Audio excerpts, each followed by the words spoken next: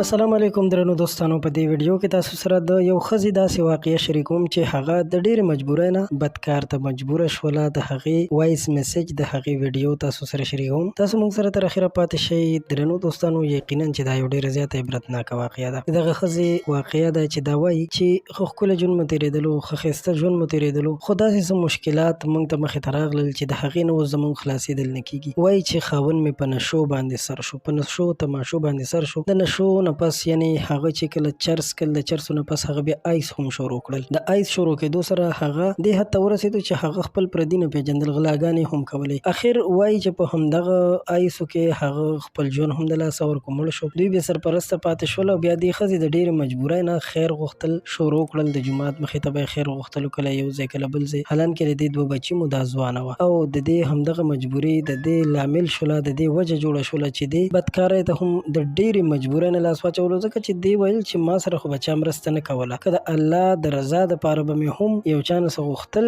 نو نه به یې راکول. ځکه چې نن سبا څوک چا سره د الله د رضا دپاره هم مرسته نه کوي او مختلف ډیمانډونه کوي. نو دا وایي چې ډیمانډ به رانه کېدلو، نو د ډېرې مجبورۍ نه مې دا کار شروع کړو. قدرمنو دوستانو، په دې واقعه کې موږ تاسو ته یو عبرت مخې ته راځي. هغه دا چې موږ تاسو ته پکار دي داسې مجبورو خلکو سره مرسته وکړو، داسې مجبوره خلک وپېژنو، هغوی سره مرسته وکړو. ځکه چې موږ تاسو چې کوم یو، زموږ ستاسو دپاره ضروري دا ده چې د داسې خلکو لاسنیوه وکړو. زیات خلک چې دي هغوی سره ښه مال دولت هم وي، خو بیا هم د غریبانو خیال نه ساتي. نو که دا خلک په داسې ګناه کې شریک وي، نو یقینا چې د دې وخت د مالداره خلکو نه به الله پاک تپوس کوي. ځکه چې د یو چا په خوا کې یو غریب ګاونډي وي، پکار ده چې د کورنۍ د کلي خلک، د ګاونډ خلک هغه سره مرسته وکړي. زما د دې ویډیو مقصد دا و چې تاسو هم په خپل چم ګاونډ کې غریبانان خلک ضرور ګورئ او ضرور سره مرسته